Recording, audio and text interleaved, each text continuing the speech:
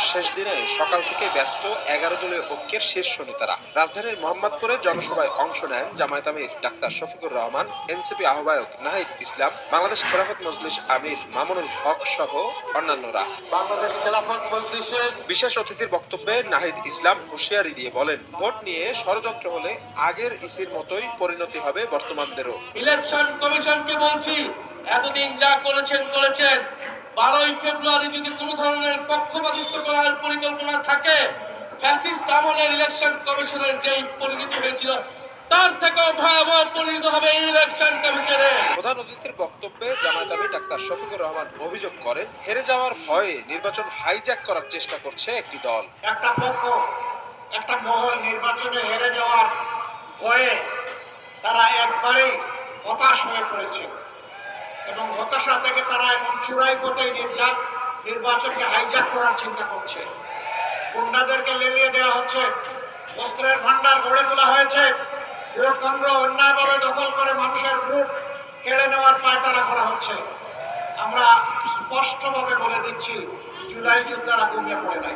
সভাপতির বক্তব্যে ঢাকা 13 আসনের প্রার্থী মামুনুল হক বলেন, নির্বাচিত হলে মোহাম্মদপুর থেকে সন্ত্রাস ও চাঁদাবাজি নির্মূল করা হবে। ইনসাফের পাল্লা দিয়ে মেপে নিজেদের হক বুঝে নিয়ে রিকশায় করে জাতীয় সংসদে পৌঁছতে হবে আমাদের ইনশাআল্লাহ।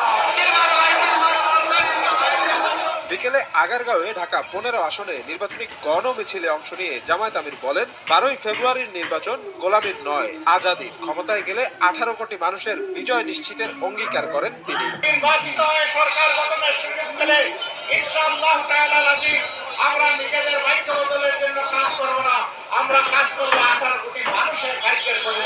18 কোটি মানুষের বিজয় হলে আমাদের সকলের বিজয় হবে।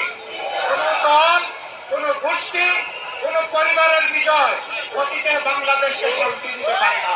আগারগাঁও থেকে শুরু হওয়া গণমিছিলটি বেগম রোকেয়া সরণি হয়ে মিরপুর 14-তে গিয়ে শেষ হয়। নির্বাচনী প্রচারণার শেষ দিনে এসে ঢাকা 15 আসনে এই বৃহৎ গণমিছিলে অংশ নেন জামায়াত আমির ডাক্তার শফিকুর রহমান। এই গণমিছিল থেকে তিনি দেশের 18 কোটি মানুষকে আহ্বান জানান একটি ন্যায় এবং ইনসাফ ভিত্তিক দেশ গঠনে তার হাতকে শক্তিশালী করা। রাতে দোহার জয়পাড়া বড় মাঠের জনসভায় অংশ নিয়ে জামায়াত আমির প্রত্যয় ব্যক্ত করেন, ঐক্যবদ্ধ বাংলাদেশ বিনির্মাণের। ওই রাজনীতির কবর রচনা। শফিক মুন্সি, সময় সংবাদ।